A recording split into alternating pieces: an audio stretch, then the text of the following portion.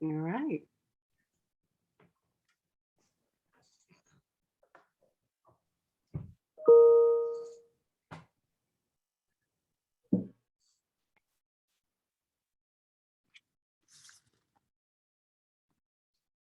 Okay. Are we good? Yep. Take it away. Okay. I'm going to go ahead and kick us off. I want to introduce myself first. I'm Shelley Strickland. I'm the Vice President of Community Relations for Hendrick. It's a volunteer position, and I've been on the board for almost 3 years now. And community relations actually is we help with the marketing and the community relation aspects of Hendrick Scholarship Foundation. So I just wanted to kick things off and welcome you. We are so appreciative that you took time out to do this. This is our first of these, and the reason that we feel like this is so important is because you represent those on this call represent our greatest supporters, either by significantly contributing volunteer hours, financial resources, or both. And so what we wanted to do is we wanted to bring together this group and give you an update on what's happening with Hendrick. And there's some exciting things going on.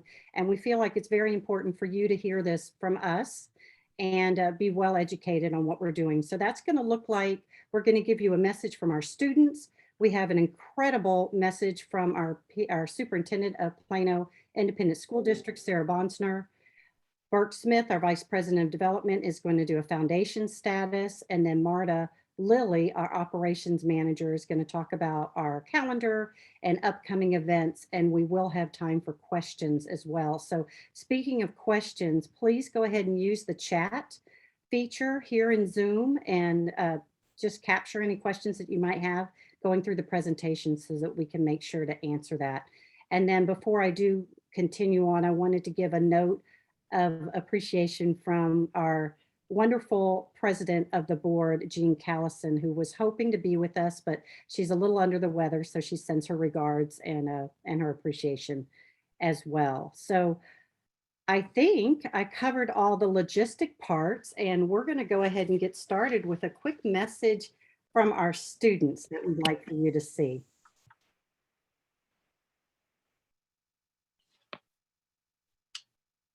Marta, we don't hear the volume. I got emancipated recently. I didn't talk to my parents at the time, and I was very nervous because my whole life I knew that I wanted to, be a first generation and go to college, and I didn't know how I was going to do that because I didn't have anything. I didn't have the money. I didn't have the funds. I kind of less and less each day saw me going to college as realistic. What the Hendrick Scholarship Foundation does is it gives you a bunch of support services. It basically guides you. They offer workshops, tutors, coaches. Hendrick impacted me by allowing me to be more confident and fearless in what I do.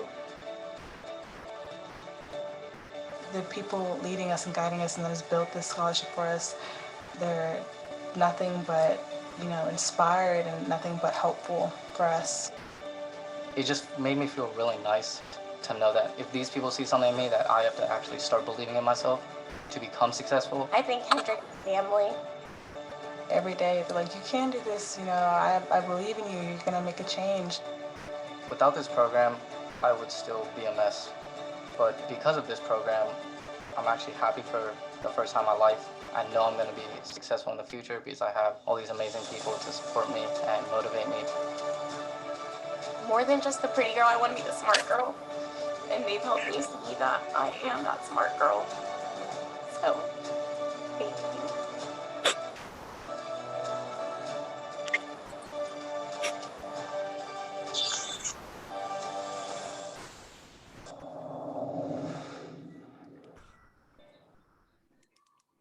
Love that message. We've got some incredible students as part of our program, and I think that was just a powerful opportunity for them to explain to you how much this program means, and it's because of folks like you. So you're going to hear us say thank you quite a bit, but we wanted you to hear from some of our students. And now we had the incredible opportunity to partner up with Sarah Bonsner, our superintendent at Plano ISD, who helped talk about the need in Plano. and what's happening in our district and why the Hendrick Scholarship Foundation is so important. So she has a message for us that we want to go ahead and play that for you. Hello, I'm Sarah Bonser, Superintendent of Schools for Plano ISD, and it's my privilege to talk with you today about the important partnership between the Plano Independent School District and the Hendrick Scholarship Foundation. The partnership Plano ISD has had with the Hendrick Scholarship Foundation is such an important one, and the impact of your efforts on the lives of our students is profound. When I was preparing to speak with you, I thought about a couple of things. First, that the standards for excellence in our school district and in our city remain the same.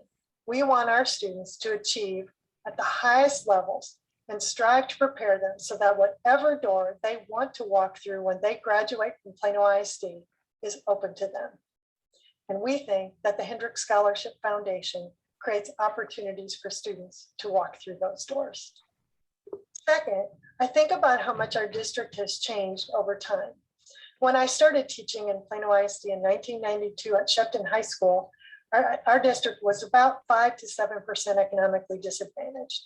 Today, our economically disadvantaged rate is 36%, or nearly 1 in 3 of every student who attends our district.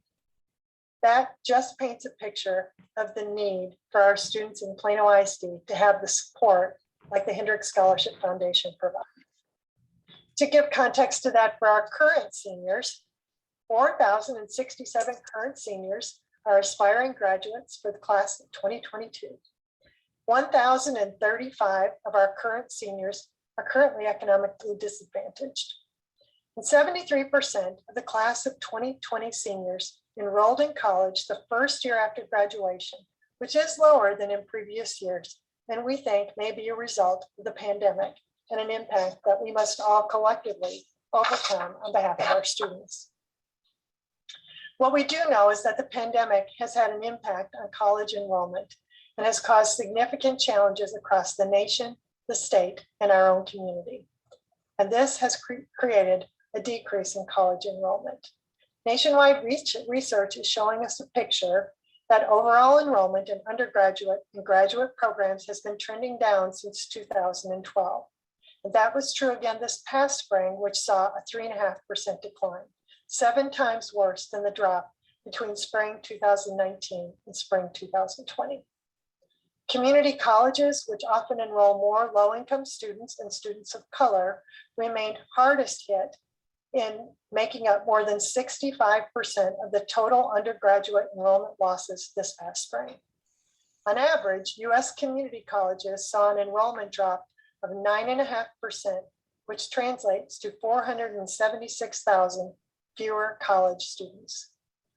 The enrollment decline can be attributed to a number of factors, including being online, the pandemic paralysis community members felt when COVID-19 first hit, and the financial situations that families and students have found themselves in.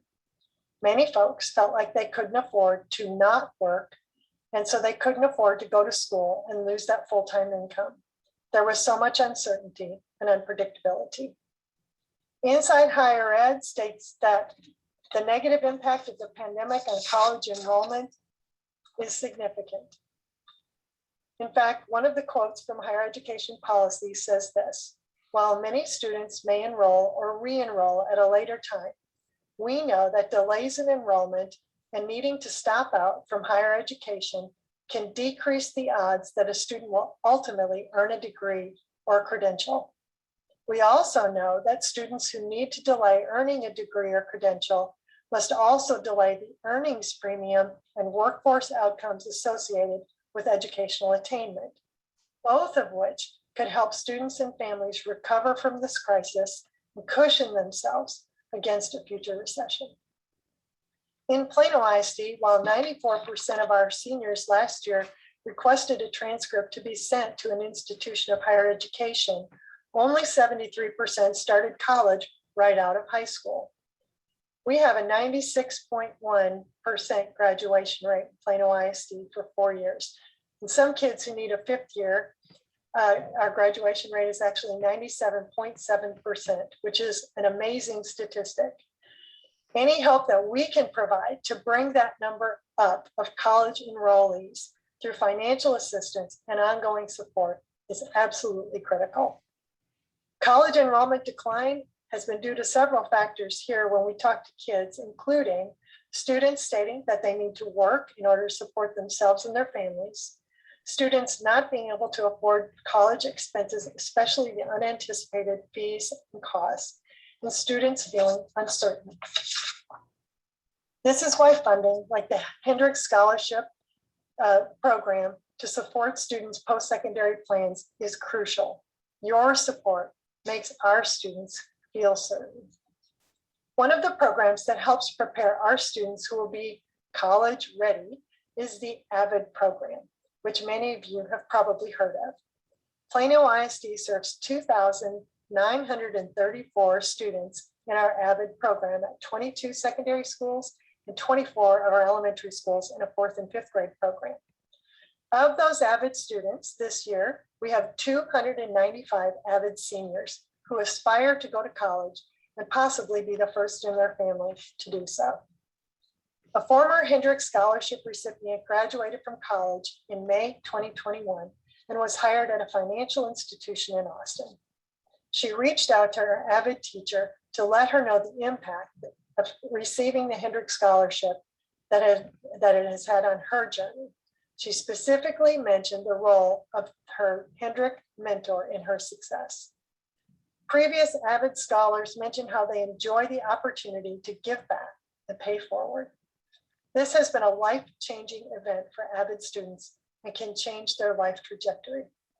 The Hendrick Scholarship opportunity is an obtainable scholarship for hardworking students who have overcome obstacles, but who absolutely might not be in the top 10 or 10% of their class, but are capable of going to college and finishing college successfully. It has enabled some of our first generation college students to attend college when they otherwise could not have afforded it. It is not only changing things for students, but for their families. Students become examples for younger siblings, and they see that a college degree is attainable. Knowing that the Hendrick Scholarship Foundation is available is very motivating for students.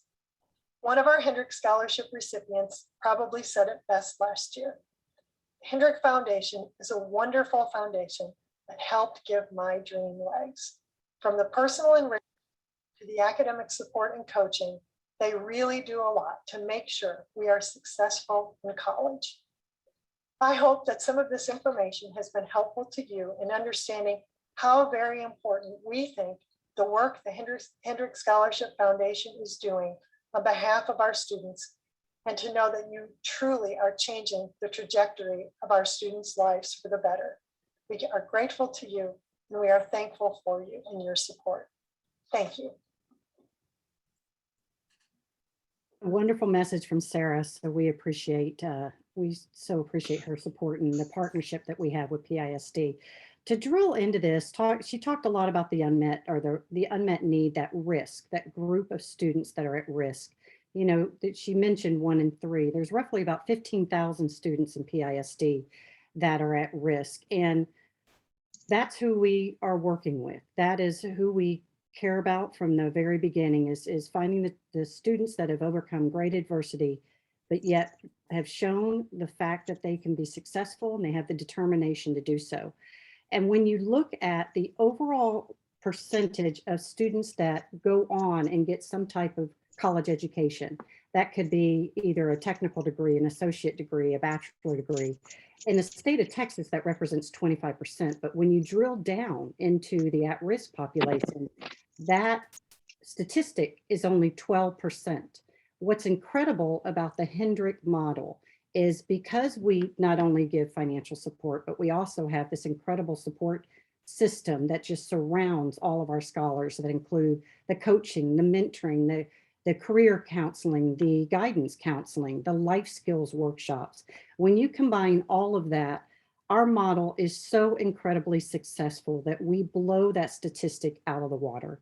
And right now we're even trending at greater than around 60% of our students are going on and getting a college education. And when you look at generally the general population for the state of Texas, that percentage is at 65. So can you imagine, we're talking about students who are dealing with adversity day in and day out, yet they are showing that kind of success rate. And it's because of the Hendrick model and because of everybody that's on this call and how we're all working together to make these students successful. A fun fact that we like to mention is if you look at degree holders compared to non-degree holders, that earning opportunity over their lifetime can exceed $1 million.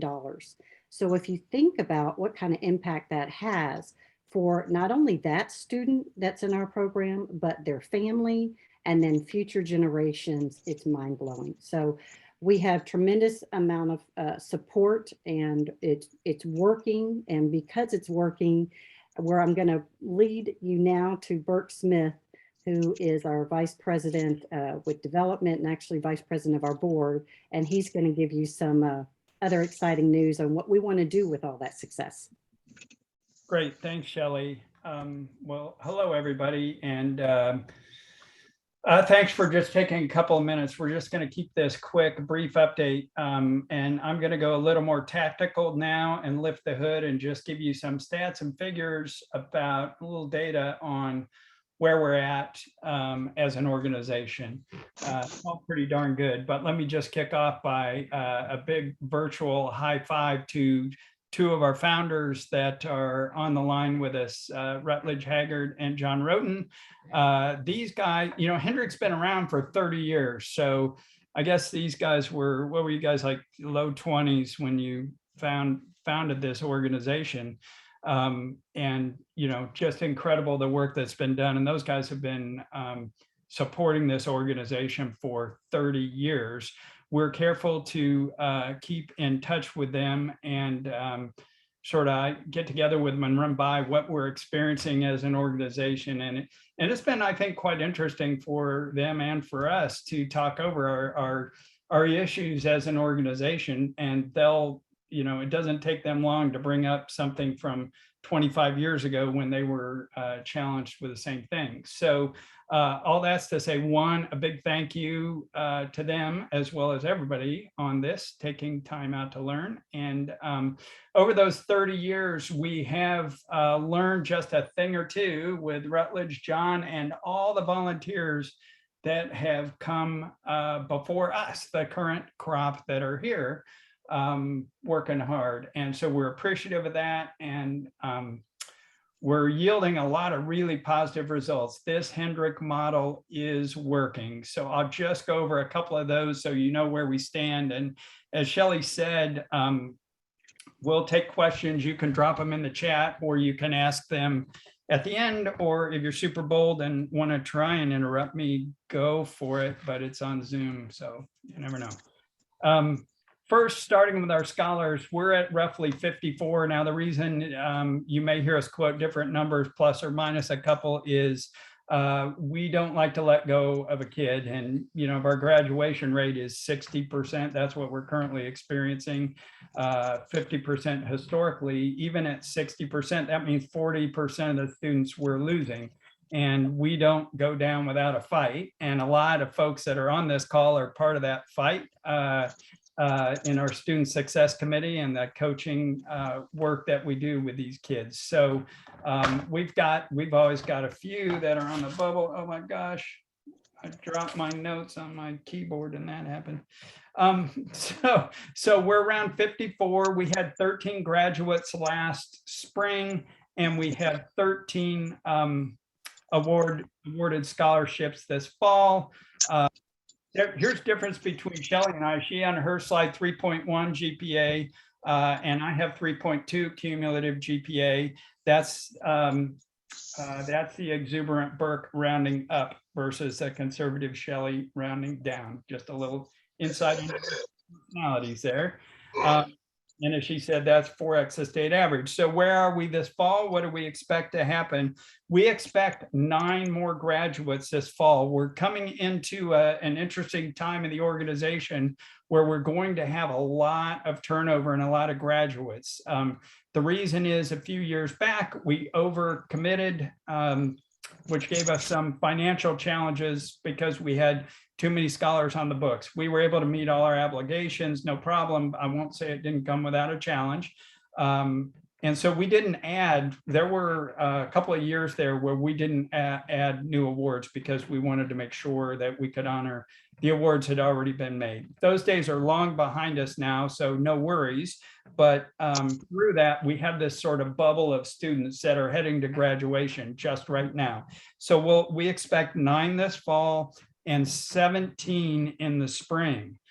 So that is a lot. And I just want you to all reflect on that and the work that you've been doing with this organization or the resource you've been providing to see that, hey, these kids are coming out the other end with the intended outcomes that we had always envisioned. One other thing, and this will bridge me over into finance, and then I'll get to the talking about the volunteer piece. But we're anticipating right now 19 awards this fall, 19 scholarship awards this fall, which will be a good amount for us. But the reason we started with updating you on the community need from Sarah and Shelley is there is way more need than we're touching here in Plano. Like, you just don't have to think very hard about it. So if we can up the numbers, we will. So 19 that we are looking at, I'll get into how we make that higher, but I do want to highlight too, the selection criteria that we use, just to reiterate, and this is part of the thing that we asked John and Rutledge to check us on is, are we staying true to the mission of this organization? So our number one criteria when we give an award is economic need. All of our students have economic need in common. They are living near the poverty line. The federal government, through their school lunch program and the FAFSA Pell Grant program, the federal government does all the financial qualification that we need. So we have data to understand that first criteria. The second criteria is we want students that are have faced adversity and shown an ability to overcome that adversity. And you know, if we had a dream, you know, say pile on the adversity. But number 3 criteria is the ability to succeed. So college is not for everybody, we know that. By the way, we do give.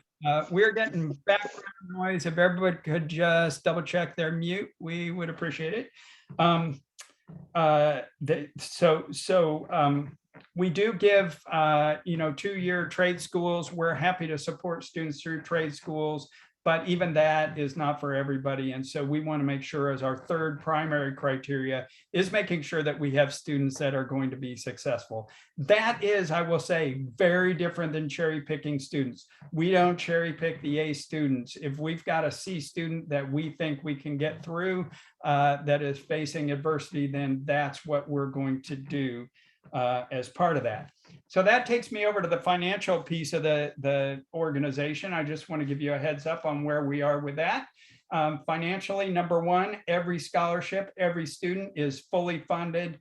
The cash is in the bank. Just as a reminder, you may have heard me say this before, but every student is eligible for $15,000 across their college career. Now, we attach lots of strings, as you know, regarding participation in our programs and grades and et cetera, but they could get up to $15,000 for that. So we reserve the expected payout amount for our students at the time we award the scholarship. That's new as of a couple of years ago, as we didn't like the feeling when we had the big bubble of students coming through. And so we've now put firm governance in place formally that we will only award scholarships once we have the money that reserved for them.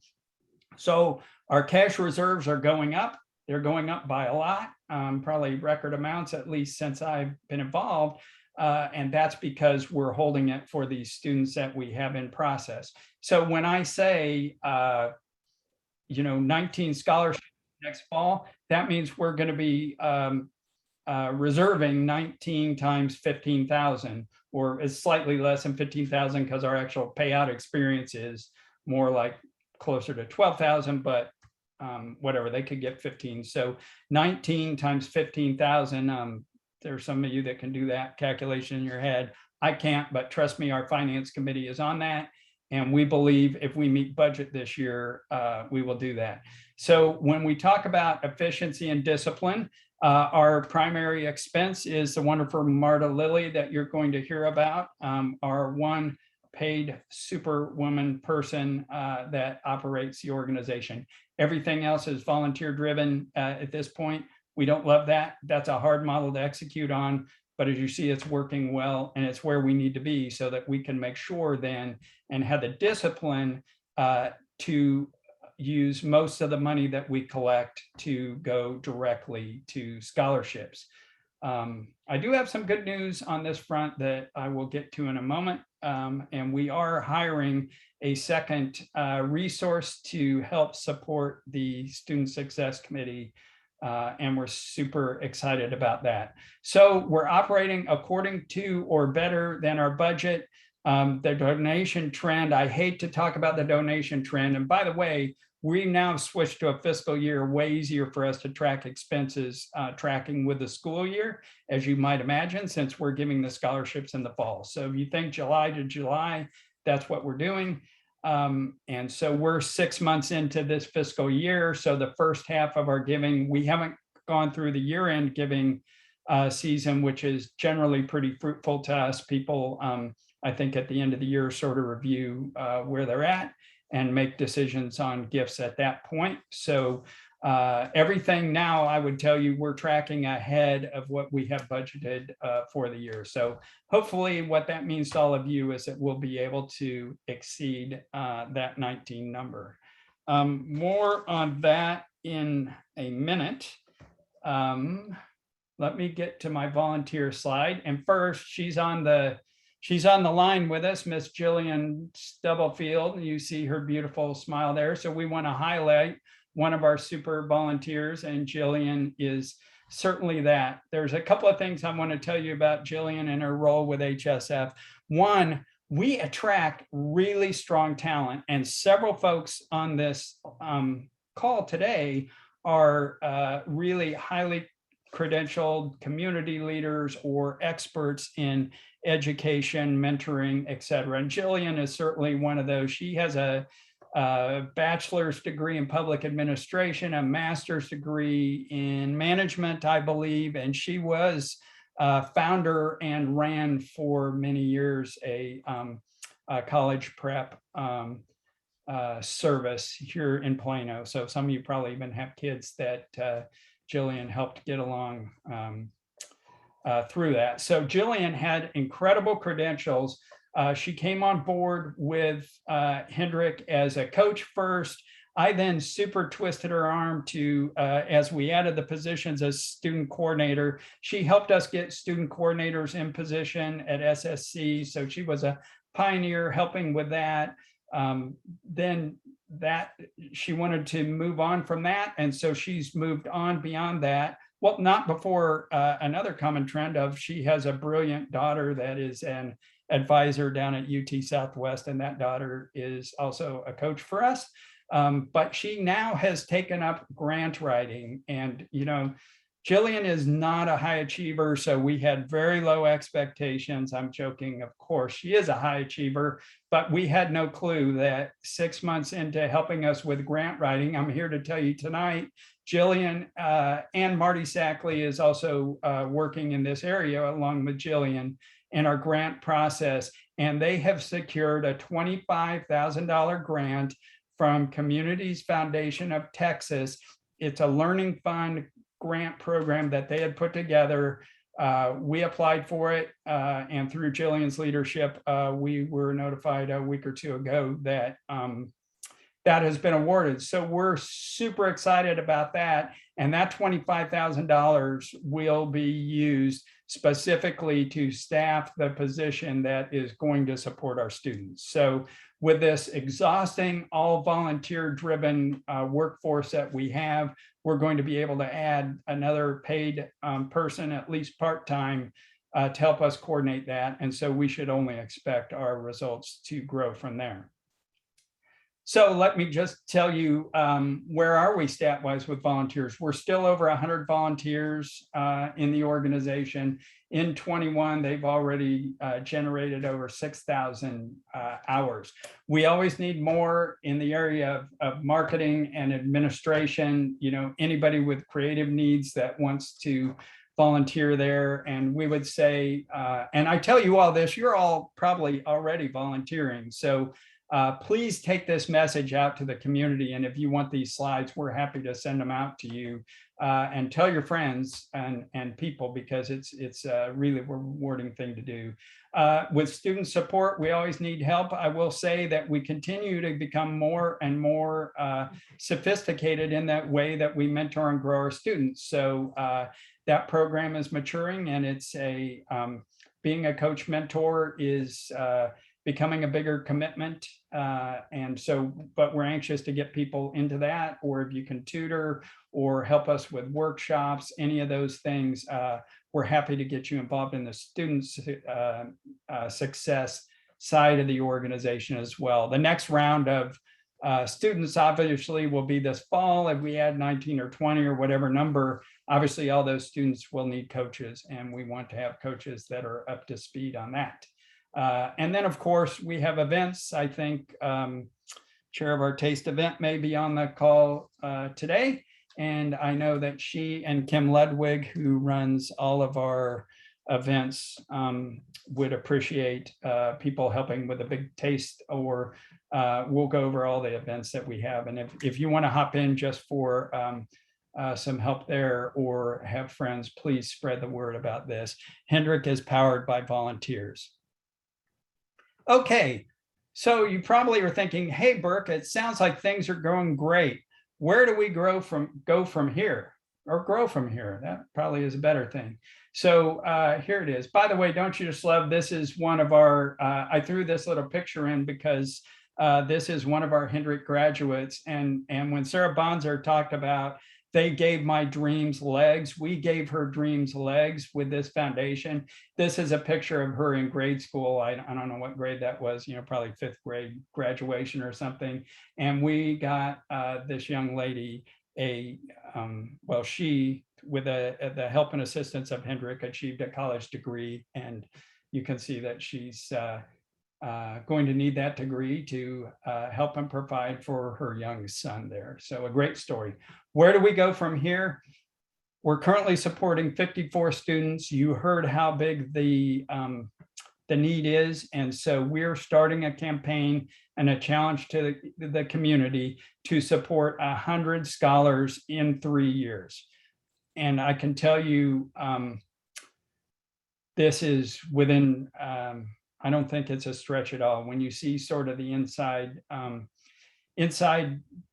baseball view here of what's going on with the foundation, we're getting a lot of support. Even recently, we've gotten 2 verbal commitments for 10 more scholarships. Now, they're not on paper yet. I may be jinxing us, certainly not going to announce where those are coming from, but we got hard commitments for 10 more. There was plenty prior to that. We were already meeting plans. So it's a great message.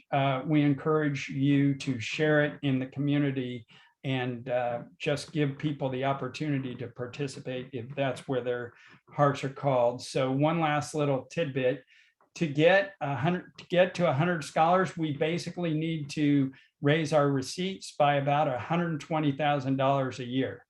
And here in old Plano, Texas, that doesn't sound like a lot. It's a lot to me personally. I'm not saying that, but I'm saying in terms of the level of community support we ought to build, 120,000 does not seem like a big stretch. We just got to get the word out, and we need your help making sure everybody knows about this organization and what we're doing, and honestly, how pure and clean the story is in terms of the way we operate it and the results that we get. I don't know of most scholarship organizations that I know of don't do much more than actually award the resources to the student, and then, you know, they're off on their own. So they may not even know their graduation rate. And here we're breaking our backs to make sure that people make it through. So that is my sort of operational update for the Just checking my notes to make sure. If you have any more detailed questions, I can talk to you all night about it. So feel free to ask. And then I want to turn it over to Marta Lilly, who typically hasn't been speaking publicly in these, but Marta has been our operations manager. She just celebrated her 1 year, which Marta, it seems to me like it's been 1 month, but she is a one-woman force that is keeping us together. And Marta has a terrific background in the community in educational focused not-for-profits like the Education Foundation at PISD. And we're thrilled to have her and just super appreciative of the work that she does. So Marta, over to you. Hi, everyone, and welcome to our quarterly update. The first thing I want to say is thank you so much for having me to be part of Hendrick. I absolutely love what I do. The second thing I want to add to Burke's comment about our new hire. This is something that you just can't even wish for, but she is actually one of our Hendrick Scholarship alum that has graduated. I believe she graduated in 2011. So it's just amazing that it's come full circle, and we're so excited to have her because she completely understands what we're about and what we do. Okay, so next I want to talk to you about the events coming up. So we have, and we're getting ready to start our annual year-end campaign, which will be an email letter-driven campaign to help us make our goal through the end of the year. The next event, which is probably one of our most fun events, and we hope that you will all be able to join us for that, is our holiday luncheon. It's on December 17th, and this is a time we just get to celebrate and relax with our students and our coaches and really just get a chance to know them where there's no pressure for a presentation or anything. And it is a great time because they finished their finals and everything, that they are willing and a little bit more relaxed to talk with all of us. And then, as Burke mentioned earlier, we have TASTE coming up, and Julie McCready is on the call, and we have an amazing committee. There's several committee members joining us tonight, and we thank you all so much for everything you do, because we know that this is quite the undertaking. And so it will start off with our wine kickoff party, which will be January 20th at Yao Fuzi's, and it was a huge success last year. It was kind of at the middle of COVID, so it'll be fun to kind of do that without COVID. So hopefully it'll be very, very successful.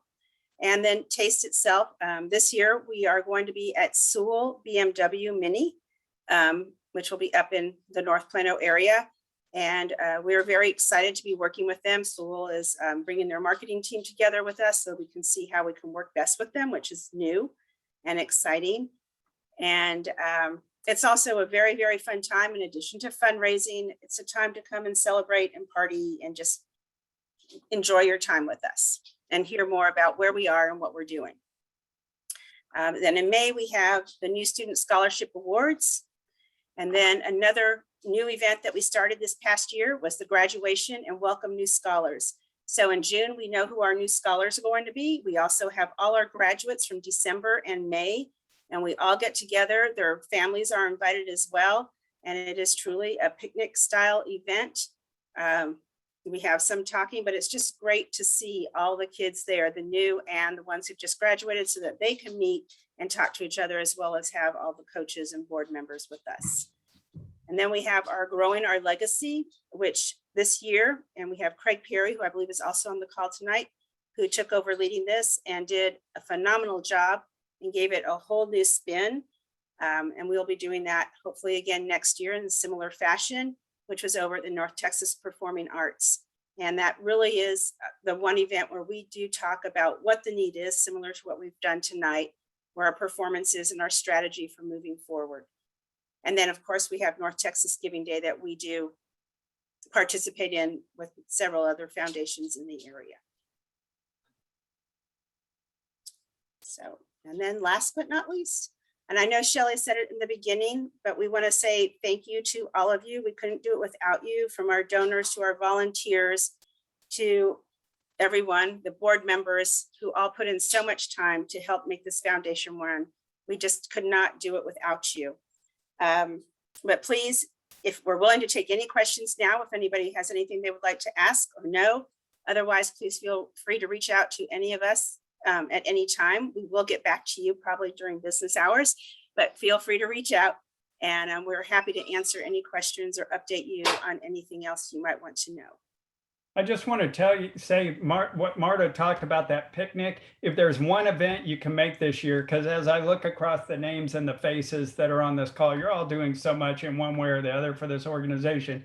If you make one event, make that picnic in the park, just awesome to hang with a graduate and then see the new crew that's coming in.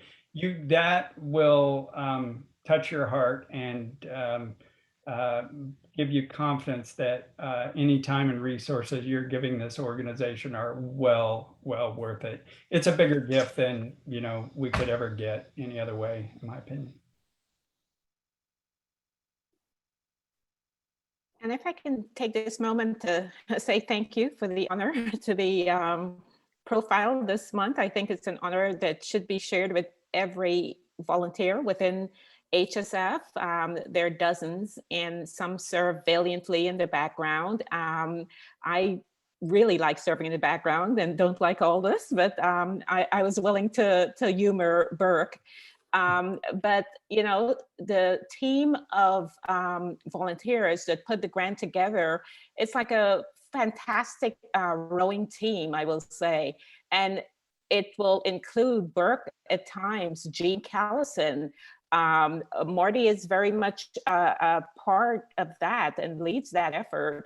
And I think for the CFT, especially that CFT grant, we had Diane and Karen that were very instrumental in sharing the needs of the success committee. So it's writing a grant is not a solitary type of profession. It is a team effort. And to everyone, I say thank you for your service with HSF. And I'd like to share the highlight for October. We should highlight everyone. Thank you, Jillian. And no pressure, but Jillian's got a $75,000 grant out right now, and our expectations are very high. Obviously we don't know yet, but we are a finalist. She's got us in the finals for that one as well. So I just feel like, yeah, we're 30 years old. It's been a time. I've probably been with the organization maybe 7. It's been a time, but I just feel like we're headed into a pretty special time of high momentum and high impact with this organization. That should be pretty rewarding to all of us involved. So thank you. Got a couple of chats. Did anybody? Oh, they're just more people virtually high-fiving you, Jillian.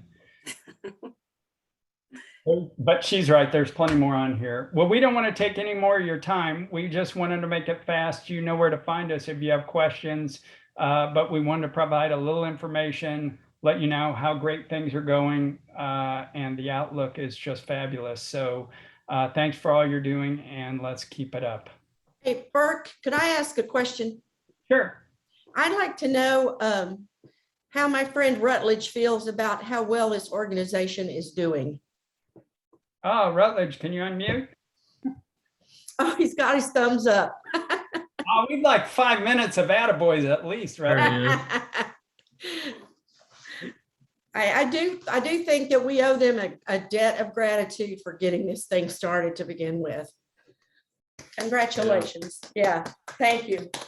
You do, and Becky, just so you know, I literally meet with John and Rutledge quarterly, and they get into our detailed financials, the whole bit. So it's really a blessing to be able to ride along on what they've started and carry it further, and to sort of have their oversight and wisdom is a treasure for sure.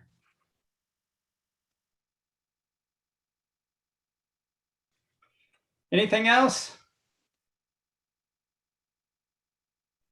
Okay, We're good. We'll sign off. Thank you, everybody. Good job. Thanks for the update.